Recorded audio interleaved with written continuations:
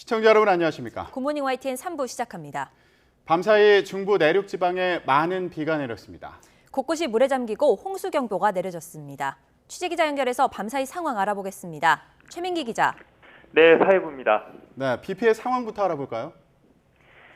네, 충청과 전북 지역을 중심으로 간밤에 많은 비가 쏟아졌습니다. 이 들어온 제보 영상부터 보면서 설명드리겠습니다. 이 화면은 지금 오늘 새벽 충북 청주시의 한 마을 모습입니다. 이 불어난 물에 다리 난간 일부만 보이고 나머지는 전부 잠긴 모습인데요. 지금 표지판 옆으로도 보면은 난간의 일부만 보여 있는 것을 확인할 수가 있습니다. 시간이 잠깐 흐른 뒤에 다시 찍은 영상을 보여드리겠습니다. 이 영상 다음에 나올 영상인데요. 이 표지판의 위치는 동일한데 그 위치를 보면은 이제는 난간이 보이지도 않을 정도로 금세 물이 찬 모습을 볼 수가 있습니다. 이 앞서 제보자가 촬영하던 곳도 물에 잠겨서 이 얼마나 삽시간에 물이 불어나는지를 알 수가 있습니다. 이 다른 제보 영상도 보여드리겠습니다.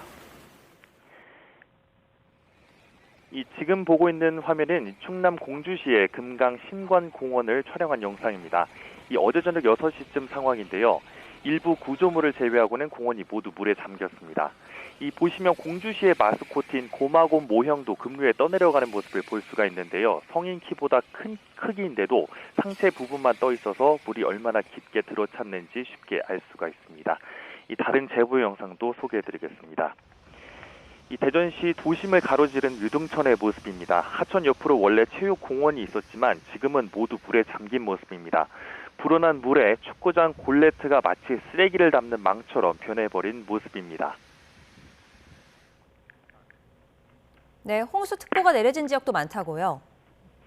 네, 그렇습니다. 이 10분 전에 경보 지역이 한 군데 더 늘어나면서 현재까지 홍수경보가 내려진 곳은 충북과 전북 등 모두 15곳입니다. 대부분 많이 비가 내리면서 하천 수위가 올라간 건데요. 이 금강 부여군 백제교 부근의 모습을 보고 있습니다. 새벽 3시 50분부터 홍수경보가 내려졌는데요. 지금도 바람이 불고 물살이 거센 모습입니다. 다리 상판 아래까지 물이 차올라 현재 9m 가까이 잠겼습니다. 또 새벽 4시 10분엔 금강 청주시 미호천교도 수위가 급상승하면서 8m까지 올라차서 현재 홍수경보가 내려진 상태입니다. 이 또 다른 영상을 보시겠습니다. 이 경북 예천군과 문경시도 낙동강 수위가 급격히 높아지면서 이 밤사이 홍수경보가 내려졌습니다. 이 산사태 경보도 내려졌는데요. 이 모두 내려진 곳이 16곳입니다. 또 신계 시군구의 산사태 주의보도 내려진 상황입니다. 중앙재난안전대책본부는 주민들에게 위험 지역엔 절대 가지 말라고 당부하면서 지자체에도 철저한 통제를 요청하기도 했습니다. 지금까지 사회부에서 YTN 최민기입니다. 이렇게 밤사이 중부 지역을 중심으로 폭우가 내리면서 인명피해도 늘고 있습니다. 네, 충북 청주에선 쏟아진 토사에 열차가 탈선했고 빗길 교통사고에 일가족 3명이 목숨을 잃거나 다치기도 했습니다. 나혜인 기자입니다. 옆으로 넘어진 열차가 흙 속에 파묻혔습니다. 어젯밤 11시쯤 충북 청주시 서원구 매포터널 근처를 달리던 무궁화호 열차가 선로에 유입된 토사 때문에 탈선했습니다. 운행을 모두 마치고 서울 차량기지로 돌아가던 중이라 승객은 없었지만 50대 기관사가 다쳐 병원으로 옮겨졌습니다. 가슴 통증, 얼굴 약간 열상, 얼굴 정도 좀 찢어진 거 정도 있습니다. 코레일은 폭우 때문에 근처 산비탈에서 토사가 흘러내린 것으로 보고 복구 작업을 벌이고 있지만 현장에 많은 비가 내려 어려움을 겪고 있습니다. 이보다 앞선 오후 6시 20분쯤엔 충북 영동군 영동읍 국도를 달리던 승용차가 빗길에 미끄러져 전신줄을 들이받았습니다. 이 사고로 30대 남성 운전자가 숨지고 함께 탄 일가족 2명이 크게 다쳐 병원으로 옮겨졌습니다. 비슷한 시각 충남 아산에선 저수지 제방에서 낚시하던 70대 남성이 불어난 물에 휩쓸려 실종돼 경찰과 소방이 수색 작업을 벌이고 있습니다. 밤사이 계속된 집중호우로 충청과 전북, 경북 일부 지역에는 홍수경보와 산사태 경보가 잇따라 발령됐습니다. 경북 봉화군 3개면엔 대피령이 내려지며 일부 주민들이 마을회관으로 긴급 대피하기도 했습니다. YTN 나인입니다. 어제 전북에는 한때 시간당 최대 60mm에 달하는 물폭탄이 쏟아졌습니다. 인명피해는 없었지만 곳곳이 물에 잠기고 흙더미가 밀려와 주민이 대피하기도 했습니다. 김민성 기자의 보도입니다. 밤새 불어난 하천물이 다리를 집어삼킬 기세로 휩쓸려 내려옵니다. 혹시 또 물이 넘치지는 않을지 저지대 마을 주민들은 되풀이되는 임시 공사가 지겨울 정도입니다.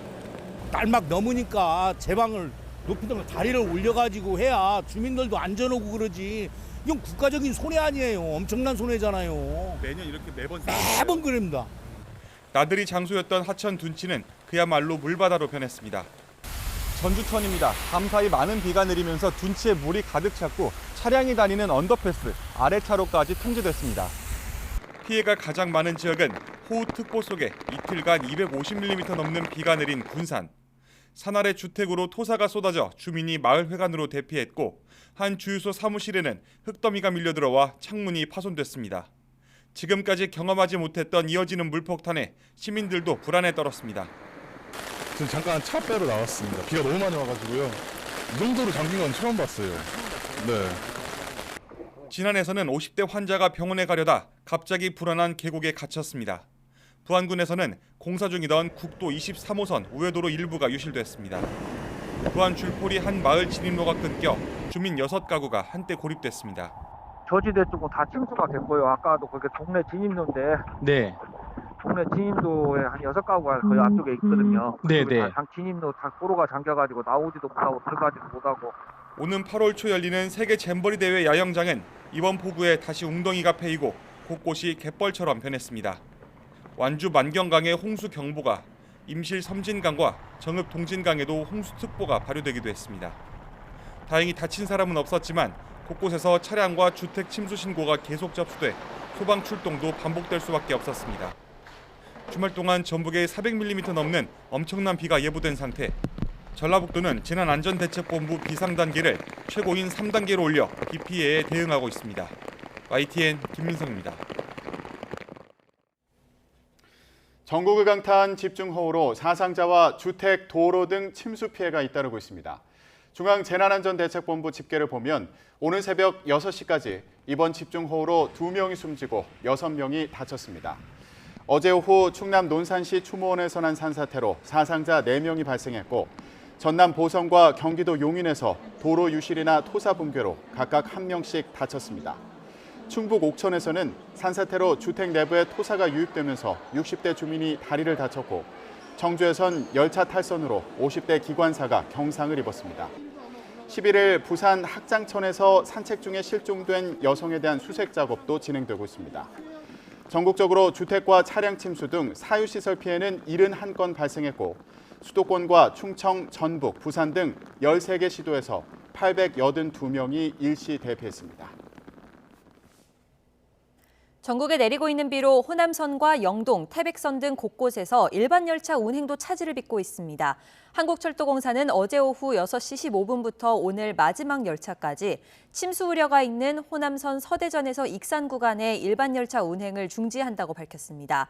또 일반선을 운행하는 KTX 열차는 호남 고속선으로 우회 수송하고 호남 고속선을 운행하는 KTX 열차는 지연이 불가피할 것으로 예상됩니다. 산사태와 낙석 피해가 예상되는 영동 태백선과 충북선, 경전선 열차도 오늘 하루 동안 열차 운행이 중지되거나 조정됩니다. 영동 태백선은 전 구간이, 충북선은 제천에서 충주 일부 구간이 운행 중지되고 경전선은 일부 열차 전 구간 운행이 중지되거나 구간 조정됩니다. 올해 장마 기간 곳곳에 국지성 호우가 쏟아지는데요. 지난해에도 서울에 시간당 150mm에 육박하는 말 그대로 물폭탄이 쏟아져서 큰 피해가 발생했습니다. 온난화 영향으로 매년 기록을 갈아치우는 국지성 호우가 나타나고 있는데요. 강우 강도에 따른 위험과 예상되는 피해를 정인용 기자가 자세히 전해드립니다. 도로 전체가 물에 잠겼습니다. 자동차는 지붕만 겨우 보이고 버스도 물이 유리창을 위협할 정도입니다. 최근 여름철마다 자주 나타나는 현상입니다. 기상청의 시간당 강우량 자료를 보면 상황이 이해됩니다. 40년 전과 비교할 때 시간당 50mm가 넘는 극한호우가 나타나는 빈도가 2배 가까이 증가했습니다. 최근으로 접어들면서 전체적인 강수량의 총합은 크게 변함이 없지만 강수 일수가 다소 줄어드는 경향이 보이고 있습니다. 이는 비가 한 번 내릴 때 매우 많은 양의 비가 집중되는 현상으로 분석될 수 있습니다. 시간당 강수량에 따른 위험도를 실험을 통해 알아봤습니다. 시간당 5에서 10mm의 비는 굵어진 빗줄기가 보이기 시작하는 수준입니다. 도로에 물 웅덩이가 생기기 시작하지만 우산을 쓰면 어려움 없이 다닐 수 있습니다. 시간당 20에서 30mm의 비는 상황이 달라집니다. 우산이나 우비를 써도 옷이 많이 젖고 운전 중 시야 확보에도 어려움을 느낍니다. 이때부터 하수구가 넘치기 시작합니다. 시간당 강수량이 50mm를 넘으면 어느 지역에서나 비 피해가 발생합니다. 비가 마치 폭포수처럼 쏟아져 와이퍼를 사용해도 시야 확보가 불가능합니다. 하수관이 역류하고 지하 건물의 침수도 시작됩니다. 허술한 축대는 무너지고 산사태 위험도 급증합니다. 시야를 확보하기 어려울 때는 도로 가장자리에 차를 세우고 비의 기세가 약해지기를 기다리는 게 좋습니다. 집중호우가 예보되면 배수로나 배수구를 청소하고 지하 공간에서는 차수판이나 모래주머니를 준비하는 게 좋습니다. YTN 정인용입니다. 네, 비 많이 올 때 하천변에 계신 분들은 주의하셔야 됩니다. 집중호우나 폭우가 내리면 계곡과 강이 순식간에 불어나기 때문인데요. 아차하는 순간 야영객들은 고립이나 물에 휩쓸리는 사고를 당할 수 있습니다. 홍성국 기자가 대피 요령을 정리했습니다. 능선사이 계곡은 30분 안팎 폭우에도 수심과 폭이 급격하게 증가합니다. 텐트는 계곡 아래쪽보다는 위쪽, 가능하면 피난 대비 방송을 들을 수 있는 곳에 설치합니다. 만약 철수 시기를 놓쳤다면 텐트 안에 머물지 말고 즉시 밖으로 대피해야 합니다. 불어난 계곡물은 무릎 높이까지만 올라와도 사람이 넘어질 만큼 물살이 강합니다. 나뭇가지나 등산 스틱 등으로 깊이를 재고 수심이 허벅지 높이 이상으로 불어났을 때는 절대로 계곡을 건너지 말아야 합니다. 무리하게 계곡을 건너기보다는 안전한 고지대로 피한 뒤 신고 후 구조대를 기다리는 게 좋습니다. 등산 중에도 각별한 주의가 필요합니다. 계곡물이 불어나면 산에 오를 때와 지형이 크게 달라집니다. 쉽게 길을 잃을 수 있는 만큼 무리하게 하산하기보다 평평하고 안전한 위치를 찾아 비가 그치기를 기다려야 합니다. 젖은 옷은 체온을 빠르게 빼앗아 저체온증을 유발하기 때문에 마른 옷을 챙기고 랜턴 등 최소한의 비상 장비를 준비하는 것도 필요합니다. 산 경사면에 돌이 굴러내리고 나무가 크게 흔들리거나 땅속에서 울림이 들린다면 산사태 발생 징후로 즉각 현 위치에서 대피해야 합니다. 무엇보다 사전에 기상 정보를 확인하고 집중호우가 예보됐다면 강변 차박이나 계곡 텐트 야영은 피해야 합니다. YTN 홍석입니다. 네, 그럼 지금 비 상황 알아보겠습니다. 충청과 전북, 경북 지역에 호우경보가 내려진 가운데 장맛비가 거세게 내리고 있습니다. 내일까지 많은 곳은 300mm 이상의 비가 더 내릴 것으로 보이는데요. 기상센터 연결합니다. 유다현 캐스터. 네, 기상센터입니다. 네, 지금도 충청 지역에 강한 비가 집중되고 있다고요? 네, 그렇습니다. 강한 비구름은 지금 충청 지방에 머물고 있습니다. 특히 충남 보령에는 시간당 30mm 이상의 장대비가 쏟아지고 있는데요. 이에 따라 현재 충청과 전북, 경북을 중심으로 호우경보가 발효 중입니다. 앞으로 충청과 남부지방에 계속해서 비가 집중됩니다. 내일까지 충청과 호남, 경북 북부에 최고 200, 많은 곳은 300mm 이상의 많은 비가 더 오겠는데요. 이미 많은 비가 내려서 추가 피해 위험이 큽니다. 산사태 위험 지역에 계신 분들은 사전에 안전한 곳으로 대피하시고 침수 위험이 있는 지하차도나 주차장 주변은 접근을 자제해 주시길 바랍니다. 다음 주 수요일까지 전국적으로 비가 길게 이어질 전망입니다. 오늘 낮 기온 살펴보면 서울이 27도, 대전도 27도, 대구 30도로 예상됩니다. 날씨였습니다.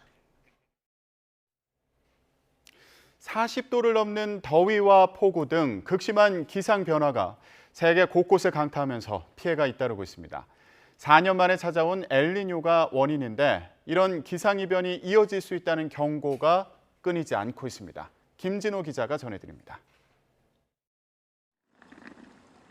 스페인과 이탈리아 등 남부 유럽은 지금 엄청난 폭염에 시달리고 있습니다. 스페인에서는 일부 지역의 최고 기온이 섭씨 44도 이상으로 치솟으면서 34개 주에 경보가 발령됐습니다. 이탈리아와 루마니아 등 많은 유럽 국가도 40도 넘는 폭염에 신음하고 있습니다. 미국의 무더위도 심각합니다. Yeah, so as this heat builds all across the southwest U.S., we're looking at, potential daily records for high temperatures being broken from California to the west through Arizona, all the way into West Texas. The first week of July, starting from 4th to 7th, could be considered as the warmest period or the warmest week ever recorded. 반면 미 동부 버몬트주에서는 만 하루 동안 200mm가 넘는 집중호우가 쏟아지는 등 이번 폭우로 동북부 지역에만 6조 원이 넘는 피해가 난 것으로 추산됩니다. 인도와 일본에서도 폭우로 큰 인명피해를 냈습니다. 전문가들은 적도 부근 동태평양의 수온 상승 현상인 엘니뇨가 올해 찾아온 것이 극단적인 날씨 변화의 원인으로 보고 있습니다. 문제는 엘니뇨 현상은 이제 시작일 뿐 더 강해질 것이라는 점입니다. Despite the fact that El Nino hasn't really got going yet, we can expect much higher temperatures from the El Nino in, the latter half of the year in sort of October, November time. 잦은 더위와 폭우 등 각종 기상재해는 식량 문제 등 여러 가지 문제를 야기시킬 것으로 보여 쉽지 않은 한 해가 될 것으로 보입니다. YTN 김진호입니다. 미국에서는 상공에 뜨거운 공기가 갇히는 열돔 현상이 남부 지역에서 캘리포니아 서부로까지 확산해 이번 주말 폭염이 기승을 부릴 것으로 예상됩니다. 미국 기상청은 위험한 폭염이 서부 해안에서 걸프만까지 영향을 주고 있다며 9,300만 명이 폭염 경보와 주의보 아래 놓여 있다고 밝혔습니다. 기상청은 남서부 상공에 강한 고기압으로 열돔 현상이 발생해 기록적인 고온을 일으킬 것이라며 이번 주말 서부 해안과 남서부 대부분 지역이 타는 듯한 더위에 휩싸일 것이라고 경고했습니다.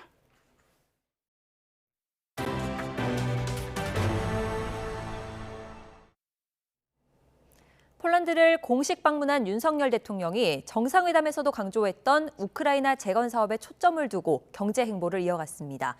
우크라이나 재건은 한국과 폴란드의 새로운 협력의 장이 될 것이며 기업들을 위한 지원도 아끼지 않겠다고 밝혔습니다. 폴란드 바르샤바에서 박소정 기자입니다. 하루 전 정상회담에서 마주한 윤석열 대통령과 안제이 두다 폴란드 대통령이 함께 자리한 가운데 열린 한 폴란드 비즈니스 포럼. 역시 초점이 맞춰진 건 우크라이나 재건 사업에 대한 협력이었습니다.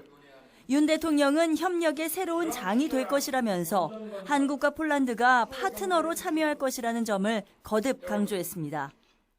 우크라이나 재건을 위한 협력에 양국이 함께 파트너로 참여하여 우크라이나가 다시 일어설 수 있도록 zdewastowanej przez rosyjską agresję Ukrainie, jak i przedsiębiorcom z obydwu naszych państw. Nie będę ukrywał, że bardzo na to liczymy. 두 나라 기업인, 정부 관계자 등 350여 명이 참석한 이번 포럼에서 양해각서 33건이 맺어졌습니다.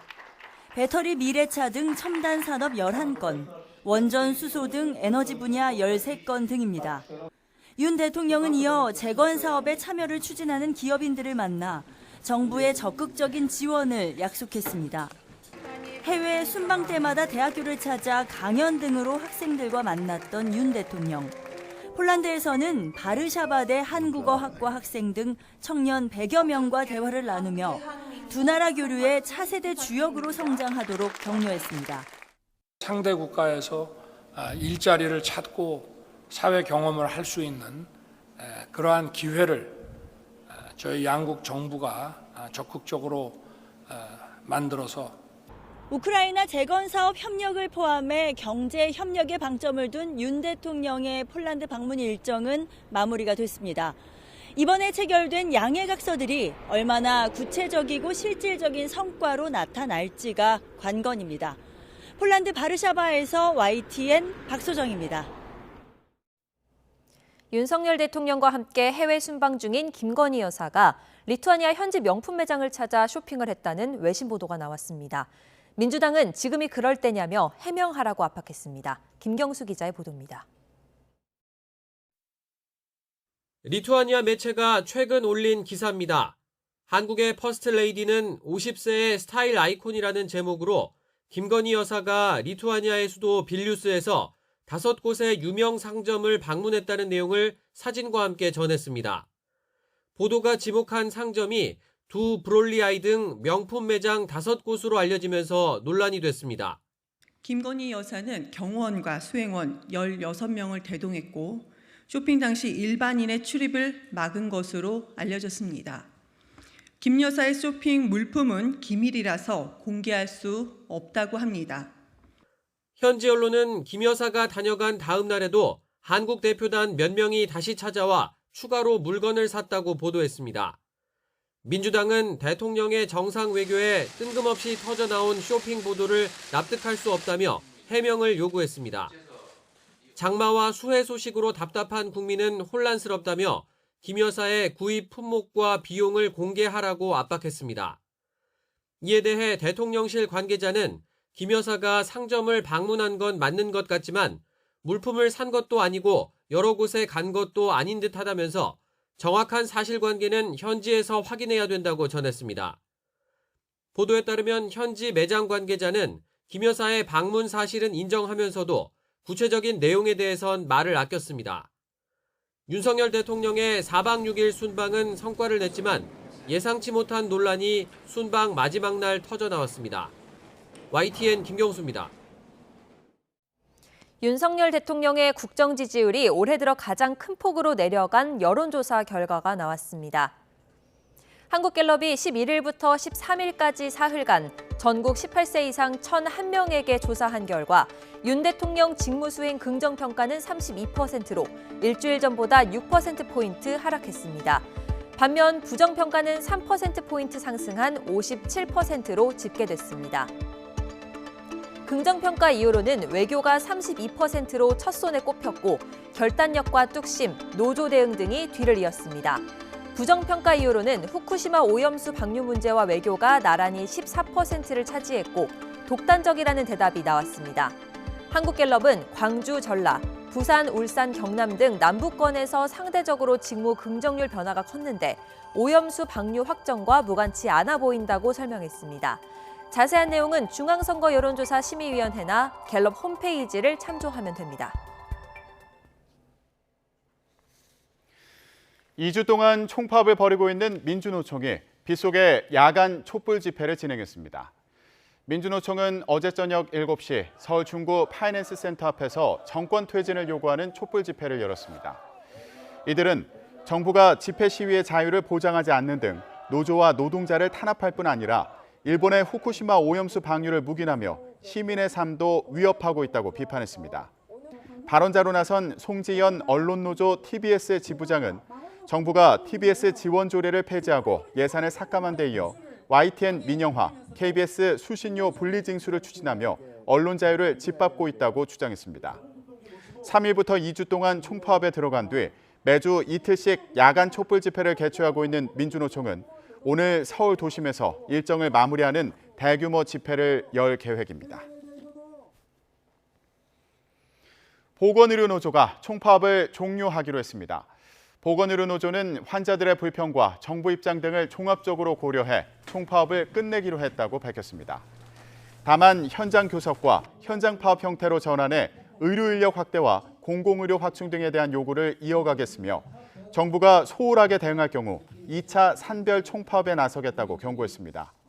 보건의료노조는 이틀 동안 전국 140개 사업장에서 4만여 명의 조합원이 이번 총파업에 동참했다고 밝혔습니다.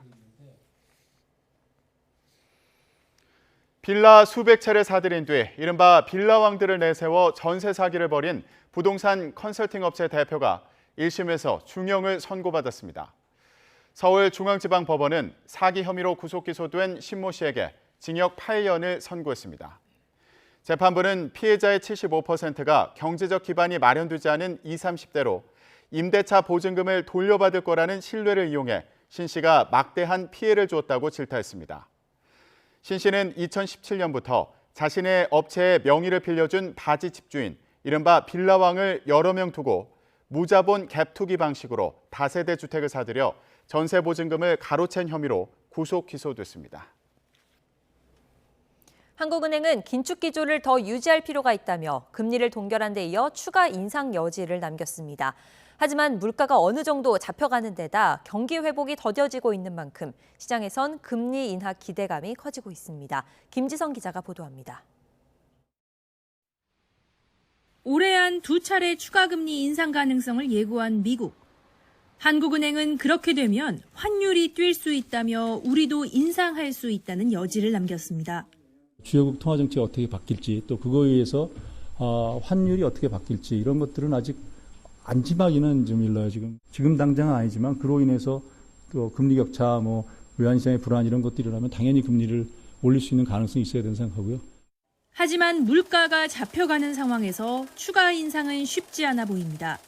새마을금고 사태로 금융안정 위험이 커진 데다 경기 회복마저 더뎌지며 성장률 전망은 한층 흐려졌기 때문입니다. 결국 투자를 위축시키고 소비를 또 위축시키고 고용을 위축시킬 가능성이 있기 때문에 한국은행에서 금리를 올릴 가능성은 굉장히 그러니까 사실 올해 안에 전반적으로 봤을 때 쉽지 않은 결정이라고 보시면 될 것 같고요. 시장에선 오히려 인하 기대감이 커지고 있습니다. 수출에 이어 가계 소비마저 위축될 수 있다는 전망이 나오면서 하반기 경기 부양 계획에도 경고등이 켜졌기 때문입니다.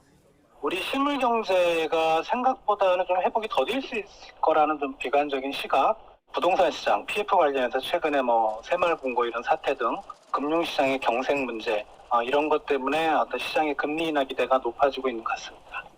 다만 미국이 긴축 종료 신호를 내비치기 전 우리가 선뜻 움직이기엔 위험 부담이 커 인하 시기를 놓고는 고심이 깊을 수밖에 없어 보입니다. YTN 김지선입니다. 하지만 이창용 한국은행 총재는 금리 인하 논의는 시기상조라고 다시 한번 못 박았습니다. 이 총재는 어제 대한상공회의소 제주포럼에 참석해 통화정책이 냉탕과 온탕을 왔다 갔다 하면 거시정책 틀이 흔들린다며 이같이 말했습니다. 이 총재는 물가 상승이 충분히 내려갈지 확신이 없어 지켜봐야 한다는 이유와 함께 미국이 금리를 2번 올릴 수 있는데 우리가 금리를 내리면 격차가 훨씬 커져서 외환시장이 어떻게 될지 걱정된다고 설명했습니다. 최근 벌어진 새마을금고 사태 배경으로 지목되는 부동산 PF 대출 부실 우려가 금융권 전반으로 확산하고 있습니다. 이 때문에 상대적으로 연체율이 낮은 시중은행들도 선제적으로 위험 관리에 나섰습니다. 엄윤주 기자가 보도합니다. 새마을금고 연체율이 급격히 오른 원인으로 무리한 부동산 PF 대출이 꼽힙니다. 부동산 관련 업종에 대출을 많이 내줬다가 경기 하강과 금리 인상 등으로 돈을 제대로 받지 못하면서 부실이 더 악화했기 때문입니다. 새마을금고가 이제 지금 금융불안의 뇌관처럼 새마을금고는 연체율, 부동산 프로젝트 파이낸스의 연체율이 굉장히 높아서 지금 문제가 되고 있는 것이었는데요. 이로 인해 부동산 PF 리스크가 또 한 번 부각되면서 연체율이 상대적으로 낮은 시중은행들도 긴장하고 있습니다. 실제로 5대 시중은행의 6월 말 부동산 PF 대출 잔액은 16조 4천억여 원으로 지난해 말보다 16% 넘게 늘어났습니다. 2020년 말과 비교하면 무려 75% 급등한 수준입니다. 연체율 역시 지난해 말 0%였던 게 올해 들어 소폭 상승했습니다. 지난해 부동산 시장 침체 등으로 부실 우려가 커지자 연체 채권을 상각하는 등 관리에 나선 은행권에서 다시 연체가 발생한 겁니다. 다만 은행의 경우 그동안 선순위거나 시공사가 상대적으로 안정적인 사업장을 위주로 보수적으로 운영해 비교적 안정적이라는 평가가 지배적입니다. 그런데도 최근 들어 시중은행을 중심으로는 부동산 PF 부실 우려를 선제적으로 대비하는 움직임이 분주합니다. 보유하고 있는 PF 사업장에 대해 주기적으로 모니터링하고 부실화될 가능성이 큰 자산을 미리 파악하겠다는 취지입니다. 우선 부동산 PF 부실 관리를 위해 취급 시점부터 사업성 검토를 강화하고 있으며 부실 사업장은 모니터링을 강화하고 있습니다. 또한 위기를 가정한 스트레스 테스트를 지속해서 실시하는 등 위기 대응 노력을 기울이고 있습니다. 새마을금고발 위기로 되살아난 부동산 PF 불씨가 금융권 전체로 옮겨붙지 않기 위해 금융당국도 관련 추이를 면밀하게 지켜보겠다는 방침입니다. YTN 엄윤주입니다.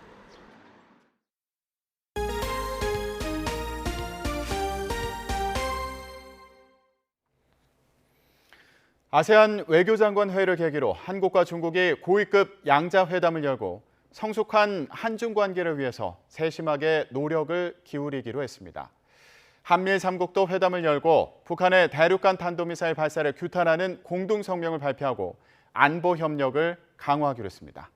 인도네시아 자카르타에서 신현준 기자가 전해드립니다.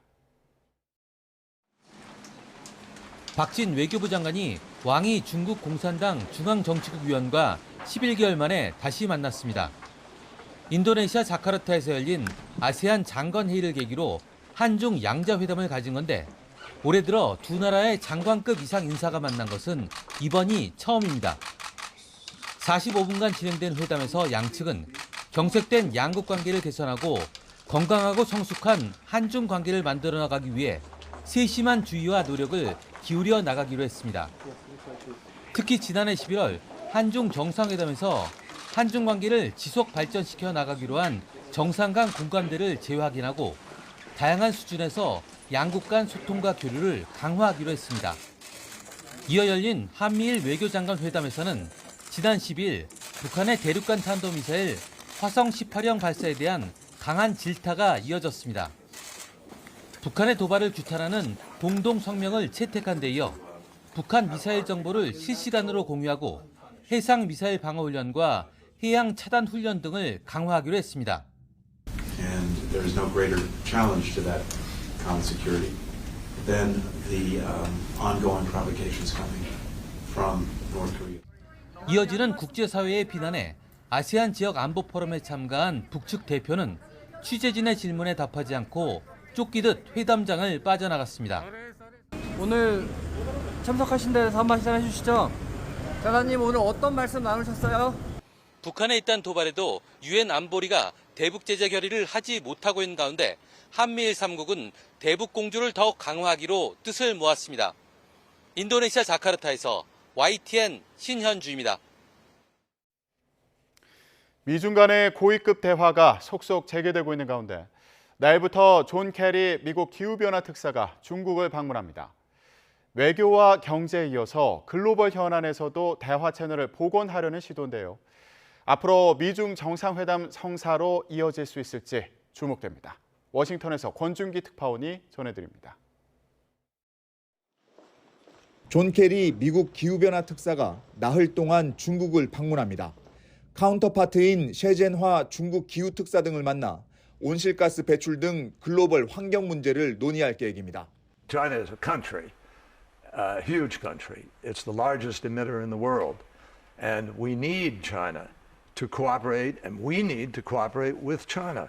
케리 특사의 이번 방문은 블링컨 국무장관과 옐런 재무장관의 방중에 이은 미중 간 고위급 대화 재개 움직임의 연장선입니다. 외교, 국방, 경제, 글로벌 등 4가지 영역으로 구분하는 미중 간 대화 채널 가운데 외교와 경제에 이어 글로벌 현안까지 소통을 복원하는 겁니다.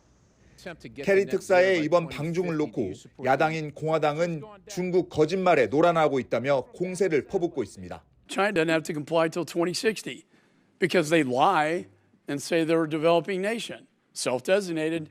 And guess what? The United States, we got to comply almost immediately. There's no concession. I'm not going over with any concessions. What we're trying to do is find ways we can cooperate to actually address the crisis. 케리 특사 이후에는 지나 러몬도 미 상무장관 방중이 이어질 전망입니다. 러몬도 장관은 최근 중국 이메일 해킹 사건 피해자로 지목됐지만 미국은 중국과의 소통 재개 움직임을 멈추지 않겠다는 입장입니다. 미국은 마지막 남은 군사 분야 대화 재개를 위해서도 물밑 접촉을 이어가고 있습니다. 각 분야별 고위급 소통 채널이 성공적으로 복원된다면 11월 샌프란시스코에서 열리는 아시아 태평양 경제협력체 APEC 회의에서 1년 만에 미중 정상회담이 개최될 거란 관측이 나오고 있습니다. 워싱턴에서 YTN 권준기입니다. 기시다 후미오 일본 총리가 EU의 일본 식품 수입 규제 철폐를 관철하는 등 국제 무대에서 오염수 방류의 명분을 하나하나 쌓아가고 있습니다. 하지만 일본 식품의 수입 비중이 가장 큰 중국과 홍콩의 반발, 또 후쿠시마 원전 인근 지역의 선거 등으로 방류 시기 결정을 놓고 일본의 막판 고심이 이어질 것으로 보입니다. 도쿄에서 김세호 특파원이 전해드립니다. 기시다 총리는 유럽연합 EU가 일본산 수입 규제 철폐를 결정한 데 대해 후쿠시마 부흥을 뒷받침하는 조치라며 환영했습니다. 被災地の復興を大きく後押しするものであり、日本政府として高く評価し、そして歓迎いたします。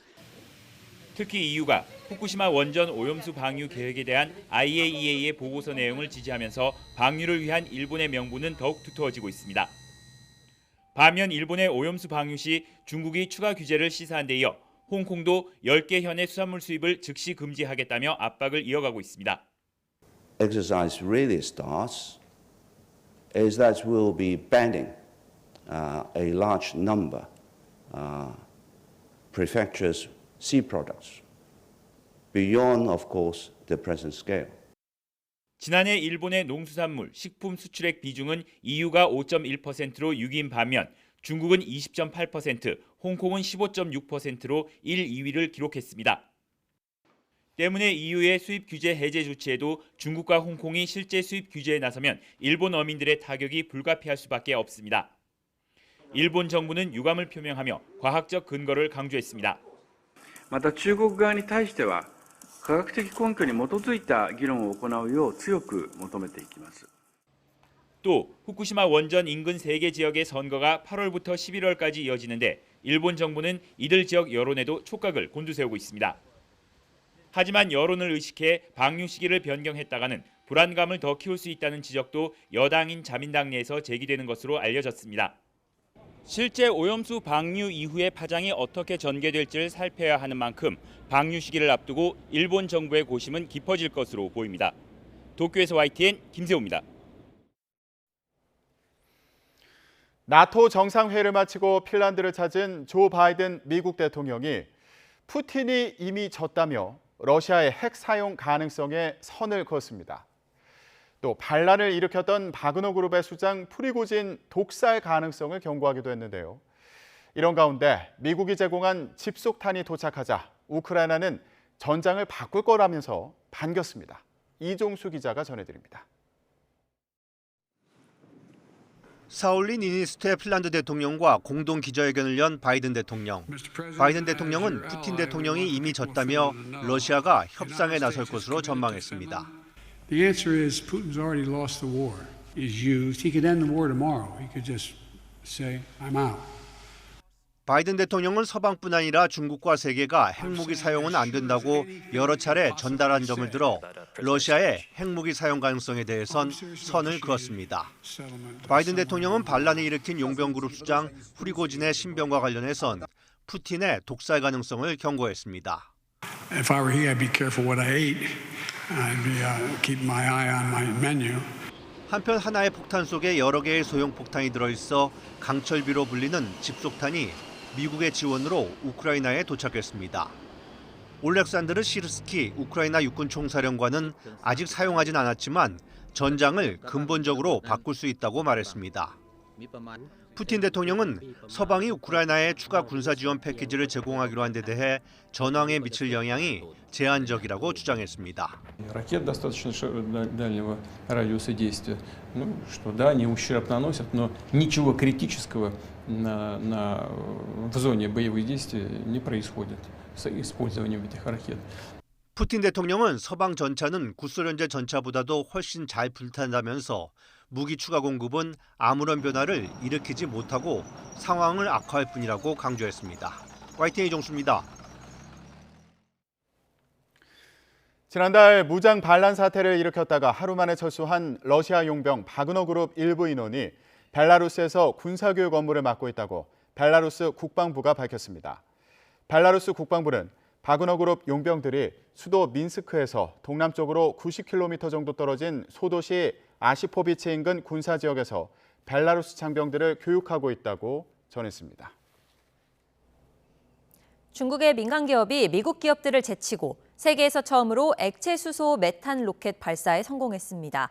차세대 로켓 개발 기술로 주목받는 메탄 연료 이용에 성공한 건데 이로써 중국은 우주 패권 경쟁에서도 힘을 얻을 것으로 보입니다. 이동은 기자입니다. 랜드스페이스로 알려진 중국 민간 기업 란젠 우주항공의 로켓 주체 2호가 불을 뿜으며 하늘을 가로지릅니다. 중국이 세계 최초로 메탄 로켓 발사에 성공한 겁니다. 지난해 12월 첫 비행에 실패한 이후 2번 만입니다. 주체 2호는 산화제인 액체 산소와 함께 액체 메탄을 연료로 사용합니다. 로켓은 주로 케로신, 즉 등유를 연료로 사용하는데 케로신은 연소 후 엔진 내부에 탄소 찌꺼기가 달라붙어 오래되면 엔진 배관을 막을 수 있다는 단점이 있었습니다. 반면 청정연료인 메탄은 연소 후 찌꺼기가 거의 남지 않아 엔진을 오랫동안 여러 번 쓸 수 있게 됩니다. 로켓 재활용을 위해서는 메탄 연료 기술이 중요할 수밖에 없는 겁니다.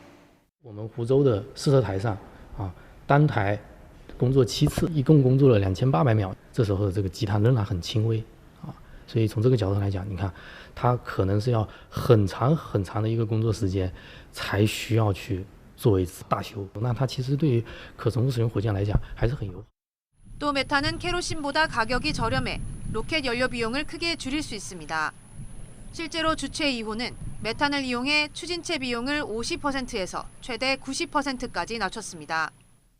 이런 이유로 최근 스페이스X와 렐러티비티 스페이스 등 미국 민간 우주 기업들도 잇따라 메탄 로켓 발사를 시도했지만 모두 실패했습니다. 중국이 이번 성공으로 메탄 로켓 기술에서 세계 최고 수준임을 입증하게 되면서 우주 패권 경쟁에서도 힘을 얻을 수 있을지 주목됩니다. YTN 사이언스 이동은입니다. 제주 4.3 당시에는 종교계도 인명피해와 함께 막대한 재산 손실을 당했습니다. 70여 년 만에 피해 종교단체 추모 행사 등을 명문화한 4.3 특별법 개정안이 발의된 가운데 지역에서도 지원 방안을 모색하려는 공감대가 커지고 있습니다. KCTV 제주방송 김용원 기자입니다. 제주도의 고찰로 명맥을 이어온 관음산은 한라산 중턱에 위치한 탓에 70여 년 전 4.3 당시 무장대와 토벌대의 치열한 격전지였습니다.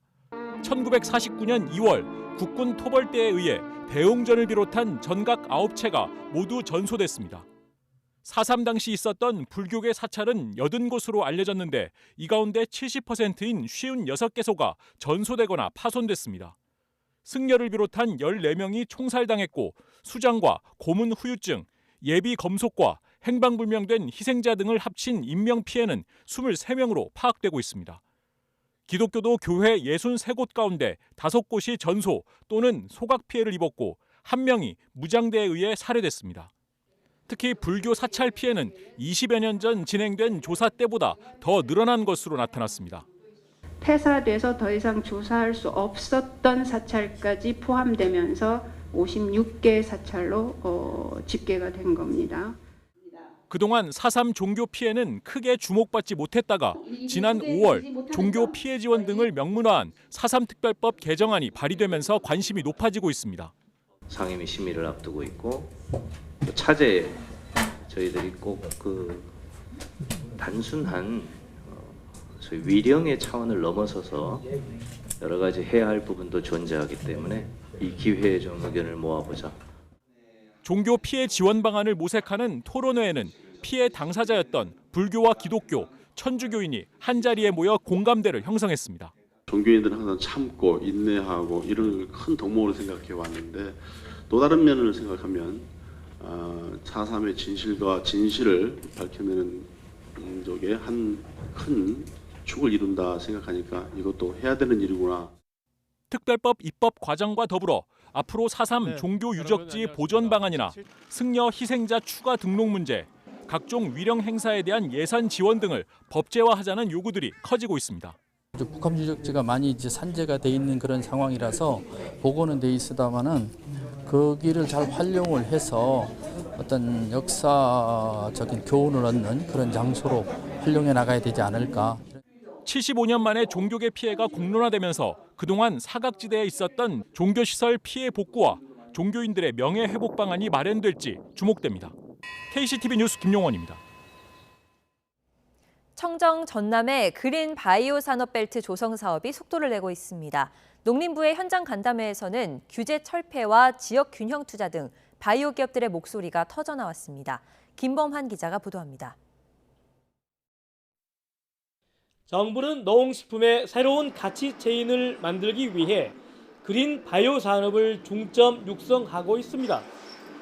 전국 6대 분야 거점을 중심으로 기업을 지원하고 12대 핵심 기술 개발과 수요자 중심의 데이터 구축 등 3대 전략을 추진합니다. 이를 위해 산업화 촉진, 혁신기술 개발 및 인력 양성, 산업 생태계 조성의 3대 추진 전략을 중심으로 거점 육성 등 10개 주요 과제를 추진할 계획입니다. 이미 천연자원연구센터와 한의학진흥원, 버섯산업연구원, 통합의료병원 등이 들어선 전남 장흥군.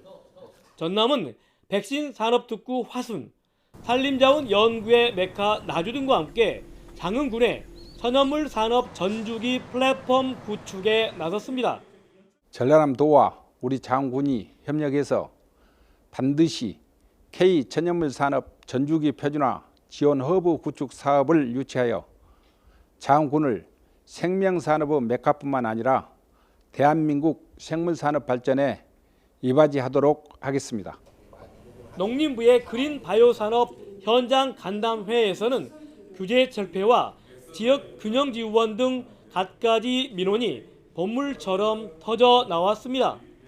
이런 제품 효과도 예를 들면 농림부에서 1년에 한 번씩이라도 경영대 효과 좋은 제품 선발 이런 제도가 있으면 좋겠고요. 앞으로 이런 종자가 지속적으로 나오셔서 아마 그런 것들을 많이 쓴 기업이나 이런 데서 그 산지에 나오는 데서 인프라 구축이 있었으면 합니다. 우리나라의 그린 바이오 산업 규모는 세계 시장의 겨우 0.3%인 5조 4천억 원 정도. 전라남도는 바이오 산업 활성화로 오는 2027년까지 국내 시장 규모 10조 원 확대와 수출액 5조 원 달성에 힘을 보탤 예정입니다. YTN 김범환입니다. 굿모닝 YTN 마치겠습니다. 잠시 뒤에 YTN 뉴스와이드가 이어집니다. 시청해주신 여러분 고맙습니다.